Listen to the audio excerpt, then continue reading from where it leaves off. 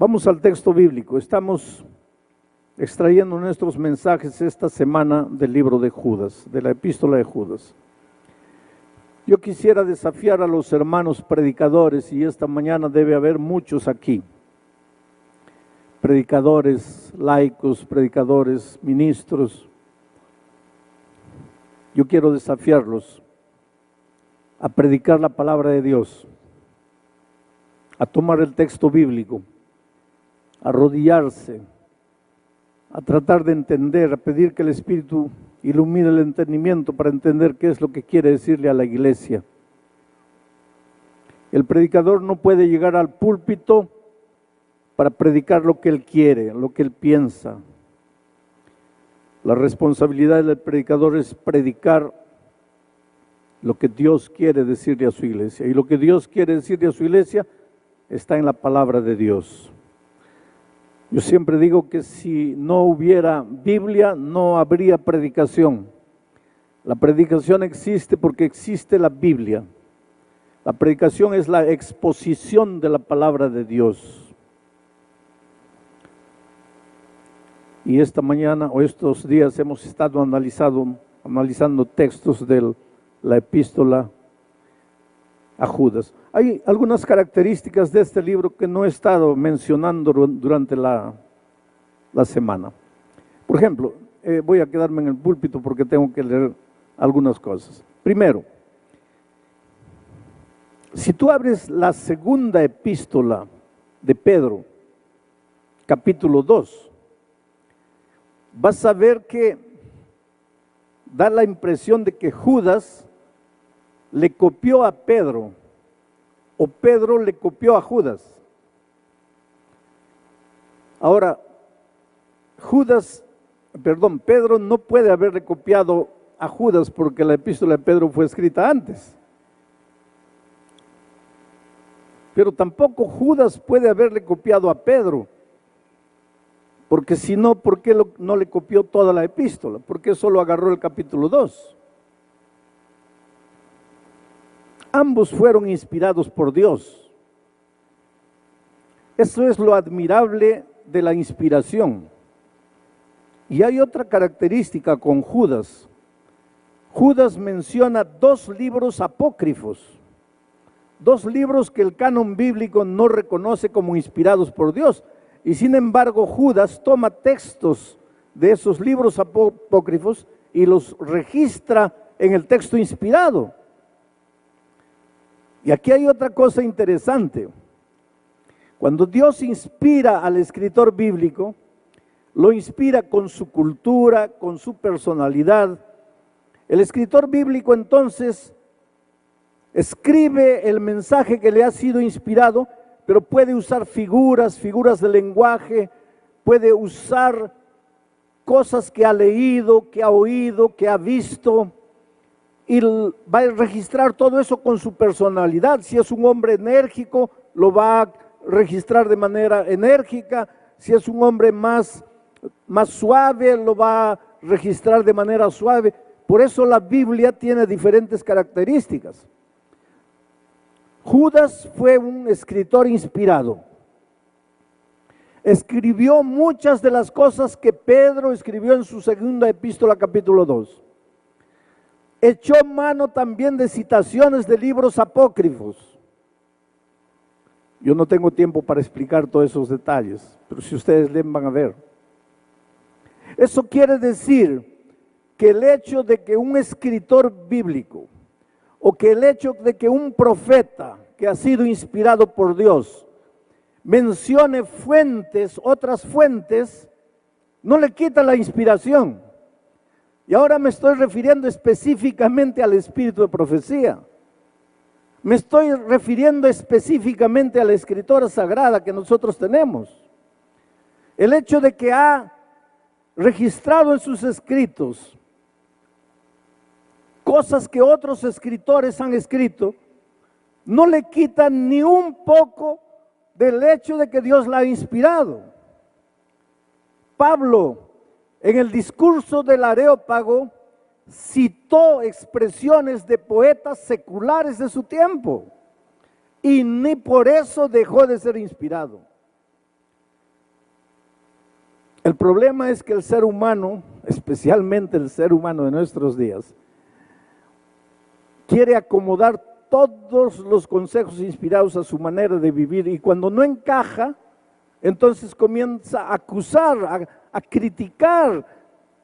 Y eso es lo que acontece con la sierva del Señor. Mucha gente dice, no, porque la plagió, no, porque la copió, no, porque ella hizo. Pero aquí está una prueba. El hecho de que un escritor inspirado toma fuentes ajenas no quiere decir que él no fue inspirado. Pero ¿por qué ella no registró el libro de donde sacó, la página de donde sacó? Porque en esos tiempos no había lo que hoy se llama derechos autorales. Judas tampoco registró nada. Pablo tampoco registró nada. Pero hoy, yo no podría escribir algo que otro ha dicho sin registrar el libro, la página, la fuente, porque las leyes han cambiado, los tiempos han cambiado. Bueno, ese no es mi tema, cierro paréntesis aquí. Lo que quiero decirles es que el hecho de que un escritor inspirado echa mano de otras fuentes no quita en nada su inspiración. Bueno, el texto para esta mañana son los últimos 2 versículos de la epístola de Judas. Y dice así: y aquel que es poderoso para guardaros sin caída y presentaros sin mancha delante de su gloria con gran alegría, al único y sabio Dios, nuestro Salvador, sea gloria y majestad, imperio y potencia, ahora y por todos los siglos. Amén. Anoche estudiamos que muchos estaban entrando a la iglesia con una teoría. Dios es misericordia, Dios es gracia, Él nos da su gracia nos perdona de todos los pecados. Puedes ir a Dios como estás, que Dios te perdona, Dios te acepta. Y esta es una de las verdades más bellas de la Biblia. Puedes ir a Dios como estás. No importa quién eres, no importa cómo has vivido, puedes ir a Dios como estás. Pero ¿dónde estaba el error de esos herejes en el primer siglo? Puedes venir a Dios como estás y seguir como estás. Ese era el problema. Pero la Biblia enseña que puedes venir a Dios como estás, pero su gracia te transforma, no te deja como estás. Nadie puede usar la gracia de Jesucristo para continuar viviendo en el pecado. ¿Y por qué no? Porque el pecado te destruye y la salvación no es solamente la recompensa que vas a encontrar en los cielos. La salvación es la transformación de tu vida aquí, en esta tierra. El pecado te destruye, entonces la gracia de Jesucristo te arranca del pecado, te saca del pecado para que vivas una vida plena. Y entonces ayer Judas decía, y cuando alguien viene diciendo que la gracia solo perdona, pero no transforma, cuando alguien usa la gracia como si fuera libertinaje, entonces niega el poder de Dios. Porque si Dios es poderoso para perdonarte, es también poderoso para transformarte. Y ahora él con ese pensamiento termina su epístola al decir en el texto que acabo de leer, dice, y aquel, refiriéndose al Señor Jesucristo, que es poderoso para guardaros sin caída y presentaros sin mancha delante de su gloria con gran alegría. Dios es poderoso para guardarte sin caída, para presentarte sin mancha en el día en que Jesús vuelva. Ahora, lo que necesitamos entender es cómo es que Jesús hace esto. ¿Cómo es que Él te guarda sin caída? ¿Cómo es que Él te va a presentar sin mancha cuando Cristo vuelva? Porque hay una figura que mucha gente usa y es una figura equivocada. Cuando se habla de la salvación, hay gente que dice que la salvación es como un elevador, como un ascensor. Tú entras y vas subiendo, el elevador va subiendo, y tú te puedes caer 50 veces, 100 veces dentro del elevador, pero sigues subiendo. Eso es peligroso, queridos. Eso no combina con la gracia transformadora de Cristo. Y no combina con lo que Judas acaba de decir, porque Judas dice, aquel que es poderoso para guardarte sin caída y presentarte sin mancha cuando Cristo vuelva. Entonces, cuando mucha gente lee este texto, se desespera, entra en pánico y dice, ay Dios mío, ¿cómo puedo vivir sin caída en este mundo de pecado, de tanta tentación?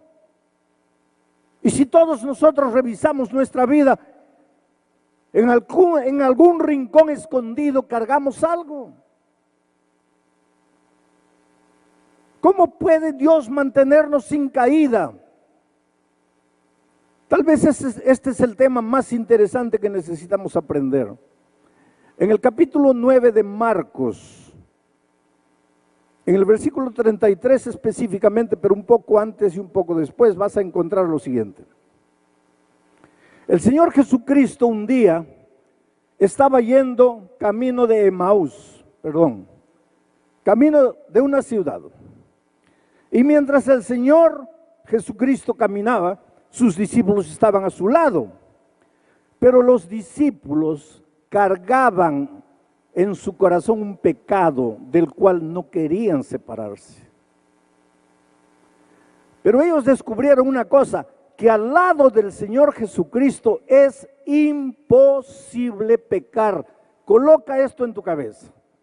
Al lado del Señor Jesucristo, tomado de la mano del Señor Jesucristo, es imposible pecar.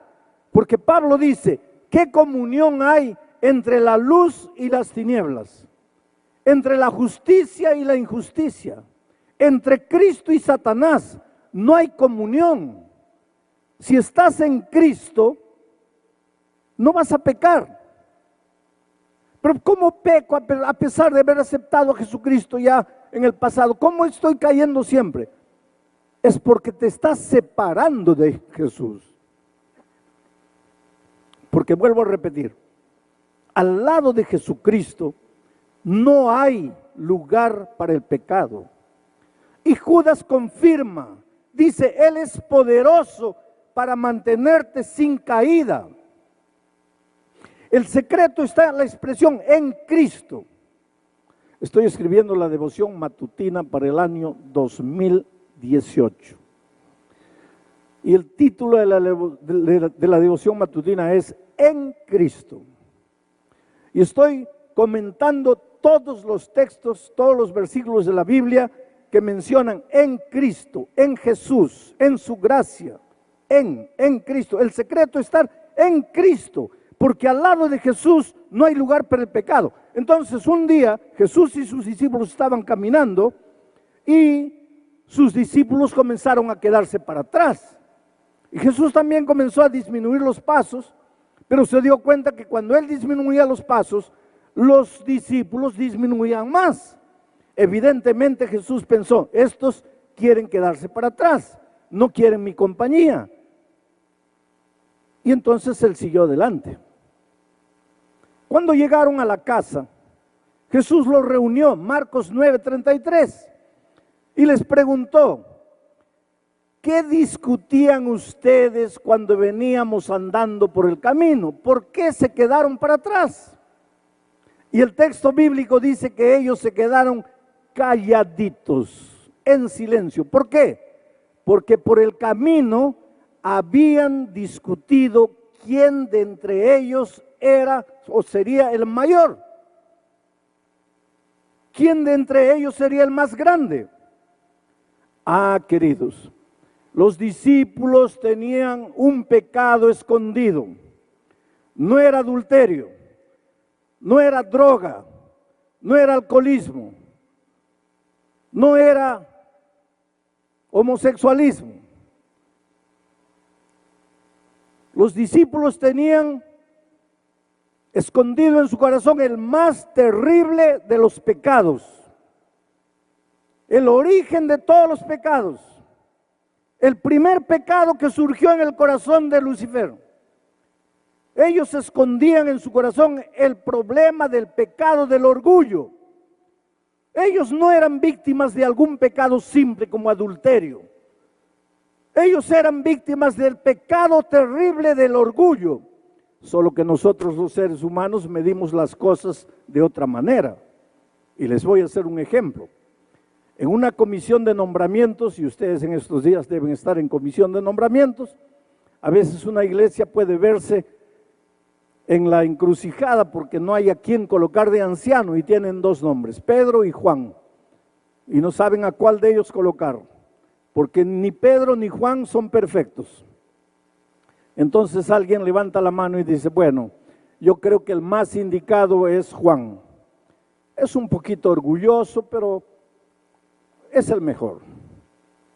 Y lo nombran. Pero tú jamás vas a ver en una junta de nombramientos alguien decir así, bueno, tenemos solo a Juan y a Pedro. Juan es un poquito homosexual, pero está bien. Eso jamás. Porque para ti homosexualismo es terrible. Adulterio es terrible, asesinato, robo. Para ti eso no tiene perdón. Pero para Jesús, el padre de todos los pecados, la raíz de todos los pecados, es el orgullo. Y los discípulos eran víctimas del orgullo. Por eso digo, el problema de ellos no era simple, era mucho más profundo que el adulterio. Era el problema del orgullo, la raíz de los otros pecados. Y ellos descubrieron una cosa, que al lado de Jesucristo no se puede pecar. En Cristo no hay derrota. En Cristo solo hay victoria. Pero a veces se sentían tan tentados, el pecado del orgullo los seducía, les picaba dentro. Pero ellos descubrieron que al lado de Cristo no se podía. Entonces, ¿qué es lo que hacían? Se separaban. Déjalo ir, déjalo ir. Porque al lado de Jesús es imposible pecar. Aquel que es poderoso para guardaros sin caída. Entonces ellos se separaban de Jesucristo para practicar el pecado. Pero al separarse de Jesucristo, practicasen o no practicasen, ya estaban en situación de pecado. Ya estaban lejos de la justicia. Ya estaban lejos de la salvación. Nosotros nos cuidamos solamente con los actos pecaminosos, pero generalmente no nos cuidamos con la situación pecaminosa, que es la raíz de nuestros actos pecaminosos. Entonces, ¿cuál es la solución? ¿De qué manera Judas promete que aquel poderoso para guardarnos sin pecado? ¿Cómo es que Jesucristo nos guarda sin pecado?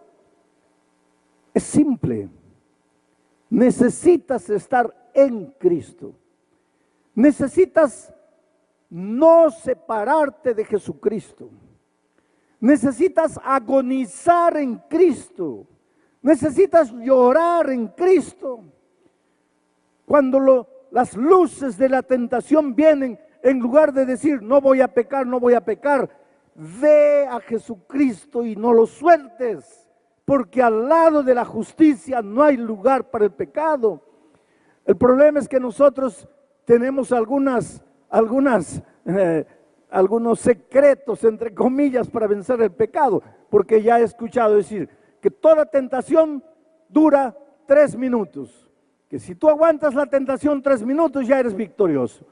Entonces cuando llega la tentación comienzas a contar. A ver, 1, 2, 3, ya, 1 minuto. Ya está llegando al clímax de la tentación, 1 minuto y medio, ya, vencí. Sí, venciste tú. ¿Y tu justicia qué es? Trapo de inmundicia. Venciste tú, con tu dominio propio, con tu autodisciplina. Eso no es victoria en Cristo. Entonces, ¿qué tengo que hacer? Pues en la hora de la tentación, llora y ve a Jesús y dile: Señor, mira, tú sabes que yo te amo. Tú sabes que yo no quiero traicionarte, tú sabes que yo no quiero herirte, pero en este momento estoy sintiendo que me voy. Por favor, no me sueltes, por favor, no quiero estar sin ti. Sin ti no hay vida, sin ti no hay salvación, sin ti estoy perdido. Ten compasión de mí, no me sueltes. Y claro que Jesús no te va a soltar. Él es poderoso para guardarte sin caída. Y entonces viene lo que Pablo dice: no vivo más yo, ahora Cristo vive en mí. Y si Cristo vive en ti, porque en la hora de la tentación no te has separado de Él, la victoria no es tuya, la victoria es de Cristo, pero al mismo tiempo es tuya. Por eso Pablo no sabe definir ni explicar esto. Dice: no vivo más yo, Cristo vive en mí, pero lo que vivo, ahora, no acaba de decir que no vive, y ahora dice vivo. ¿Vives o no vives? Es que cuando tú vas a Cristo, su voluntad santificada se junta con tu voluntad pecaminosa y se transforma en una voluntad todopoderosa. La victoria es de Cristo, pero es tuya. Es tuya, pero es de Cristo, porque no vives tú, Cristo vive en ti. Pero ahora vamos a dejar de frases románticas. ¿Qué cosa significa Cristo vive en mí? Porque nosotros hablamos, Cristo vive en mí. Andar agarrados de la mano con Jesús. Oh, Jesús, tú eres mi vida. Jesús, tú eres mi salvación. Pero en términos prácticos, ¿qué quiere decir eso? 3 cosas. Orar todos los días, estudiar la palabra de Dios todos los días y buscar a una persona que no conoce a Jesús y traerla para el conocimiento de la palabra. Cuando tú haces esas 3 cosas, estás en Cristo. Cuando tú haces solo 2 o 1 y no te olvidas de la tercera, que es la testificación, llámale trabajo misionero, llámale traer personas para Cristo, llámale como quieras, pero cuando tú te olvidas de eso, tú estar en Cristo es puro romance, pura palabra. Y el Evangelio no es palabra, el Evangelio es acción, acción transformadora. Tienes que aprender a buscar a Dios todos los días. Tienes que aprender a orar, a estudiar la Biblia y a traer a una persona para Cristo. Ahí estás en Cristo, ahí estás de la mano con Jesús. El otro día alguien me dijo: pastor, entonces yo estoy perdido, porque yo no tengo fuerza de voluntad para orar, para estudiar la Biblia. No tengo. Pastor, yo de vez en cuando oro, de vez en cuando estudio la Biblia y nunca traje a nadie para Cristo. Ahora usted dice que para estar en Cristo tengo que hacer esas 3 cosas. Estoy perdido, pastor, porque yo no tengo fuerza de voluntad. Claro que tienes, querido. ¿No te levantas a las 4 de la mañana para ir a tu trabajo? En una mañana fría de invierno el despertador toca a las 4 de la mañana.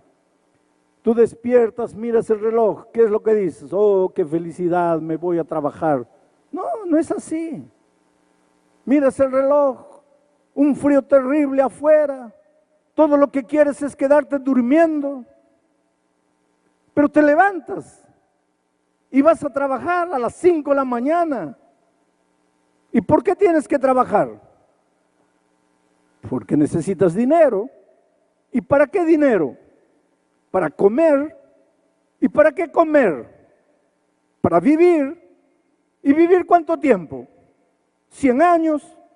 Y para eso te levantas a las 4 de la mañana, para vivir 100 años. Y para vivir la vida eterna, no puedes levantarte 10 minutos antes para arrodillarte, clamar a Dios, estudiar la palabra.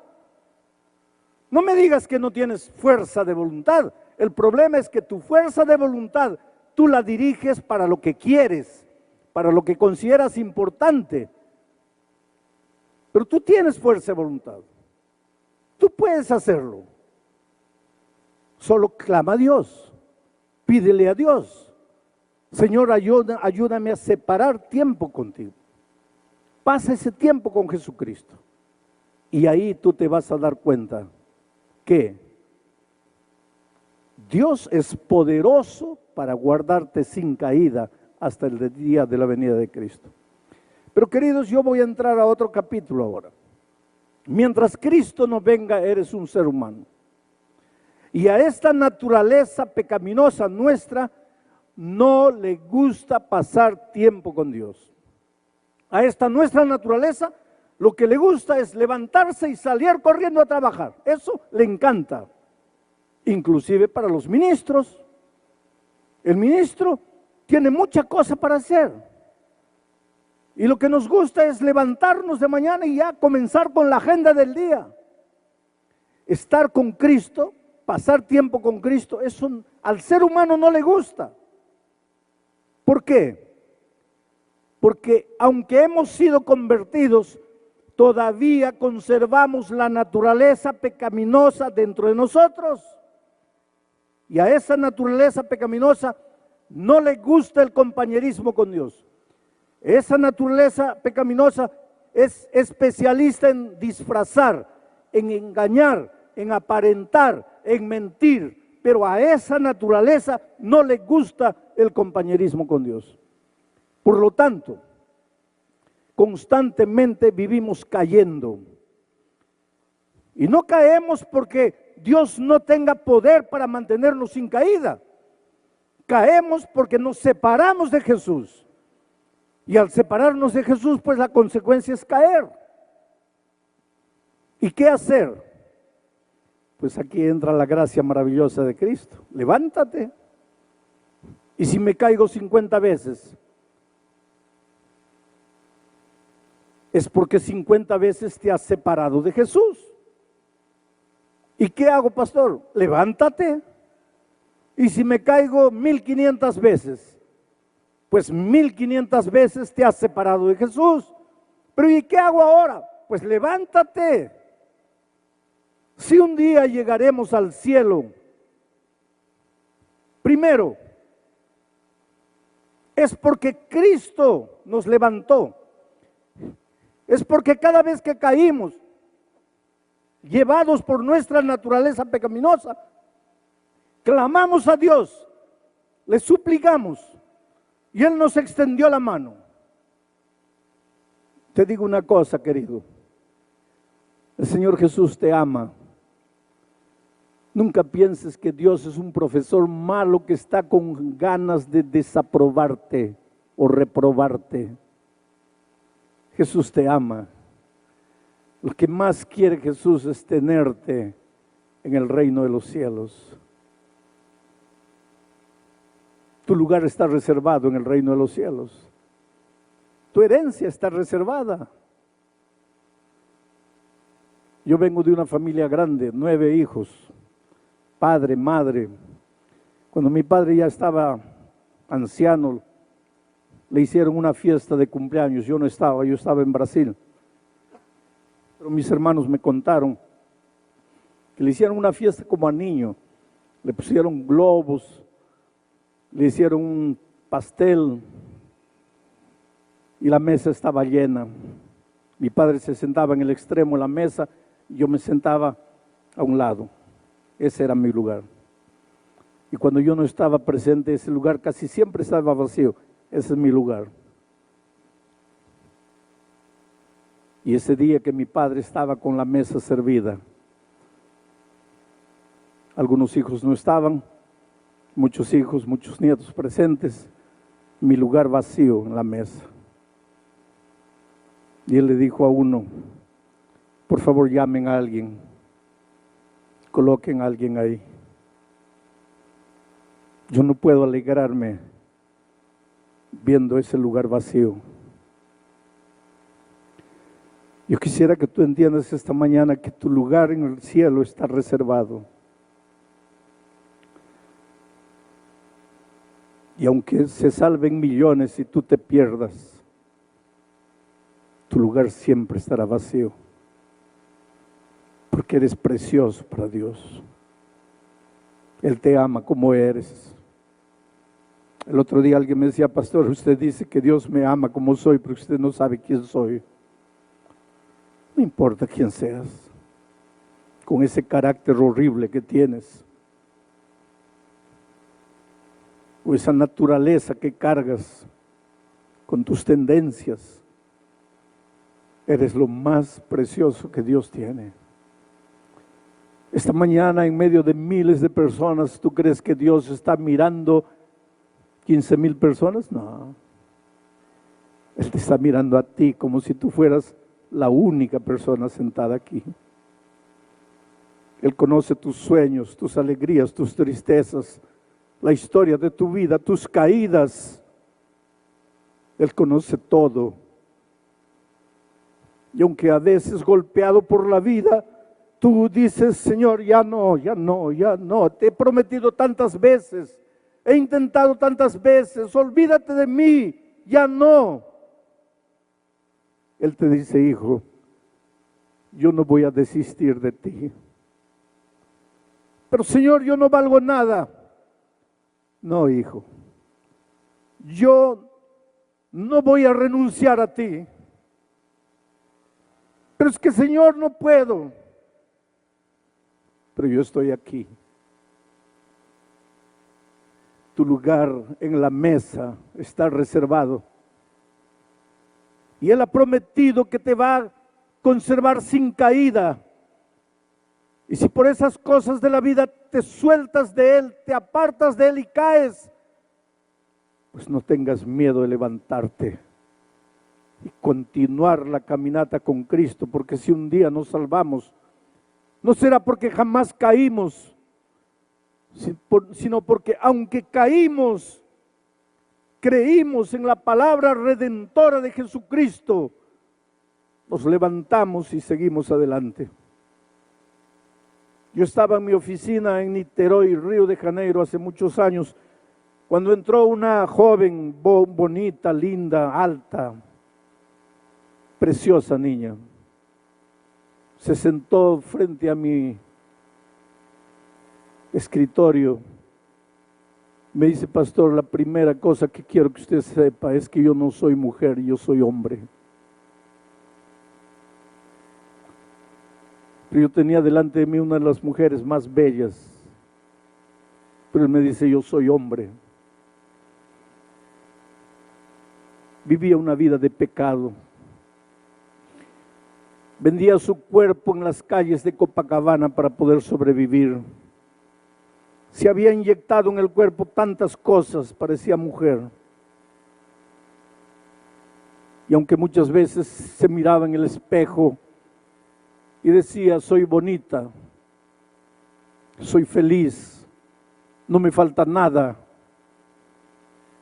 Cuando llegaba la hora de dormir lloraba y no sabía por qué lloraba. Era el vacío de Dios, era el instinto de Dios, porque aunque tú trates de justificar con argumentos humanistas tu conducta equivocada, no puedes escaparte de ti mismo ni de Dios. En las horas silenciosas de la noche, ¿a dónde vas? ¿Dónde te escondes? Te metes debajo de la cama y estás seguro que tu conciencia no te va a golpear ahí. Ese muchacho intentó suicidarse 3 veces. Su madre un día le alcanzó un cassette con un sermón mío. Una de esas noches de pecado que volvió al inmundo hotelucho donde vivía. Se sentía con ganas de morir, se sentía desesperado, se sentía acabado, se sentía destruido. Y aunque las corrientes modernas le decían, no, está bien, es una preferencia tuya, es una opción, tú tienes libertad para hacerlo, pero no podía escaparse de Dios, no podía escaparse del mismo. Nada puede llenar el vacío de tu corazón. Y esa noche en desesperación colocó el cassette y la palabra de Dios llegó a su corazón. Bendita palabra de Dios. Palabra de Dios. En hebreo, dabar. En griego, logos. En el principio era el logos, el dabar. Y el logos estaba con Dios. El dabar. Y el logo era Dios. Querido, la palabra de Dios no es apenas un libro escrito. La palabra de Dios es el propio Dios hecho carne. Es el Hijo de Dios que vino a buscarte. Dios Todopoderoso que tiene poder para guardarte sin caída. El Logo se hizo carne.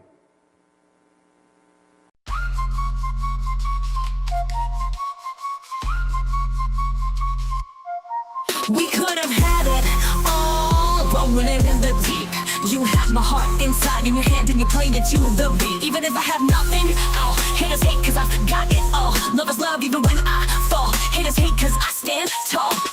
Love me, hate me, support or berate me. I don't care, it's all the same cause I've climbed so many peaks, it's all become a game. Even if I have nothing at all, haters hate cause I got it all. Lovers love even when I fall. Haters hate cause I stand tall. Love me, hate me, support or berate me. I don't care, it's all the same cause I've climbed so many peaks, it's all become a game. Blah, blah, blah. This beat can be polite if need be, but now I'm unleashing my artillery. It says no, I've been holding back, you see. Sacrifice myself, let others be free. Haters gonna hate, it's your new title. Before me you bow, don't try to rival. Don't compare yourself, I'm wrong, surpass you for years, for seasons, for weeks. It's true, oh no, cutting karma cycle. Your world's mode is no longer viable. Two-faced, you act nice to my face. Behind my back, you're a disgrace. Your thoughts pitiful and frightening. Tasted success, now you're enlightening. Think you're a god after dessert. Sorry, I'm not that naive or hurt. I know what's fake and what's real. Could have had it all, rolling it in the deep. You had my heart inside in your hand and you played it to the beat. We could have had it all, rolling it in the deep. You had my heart inside in your hand and you played it to the beat. My name is not she, actions show my drive. But for no problem can't survive. On the first place trophy I left my mark. I got the work, I got the money, I got the respect, I got reborn. Breathing air, feeling gravity's pull. Nothing matters but moving forward, that's my rule. Proving myself again and again. This victory is truly mine to attain. Where will I live? In your eyes. Watch closely as another storm will rise. I won't accept anyone's disdain. No way, okay, nothing can explain how hard I've worked for this success. No way, okay, every drop of sweat is for progress. Persistent, you get a mix of struggle and regret. Shining like with me, another night on big success leads the way.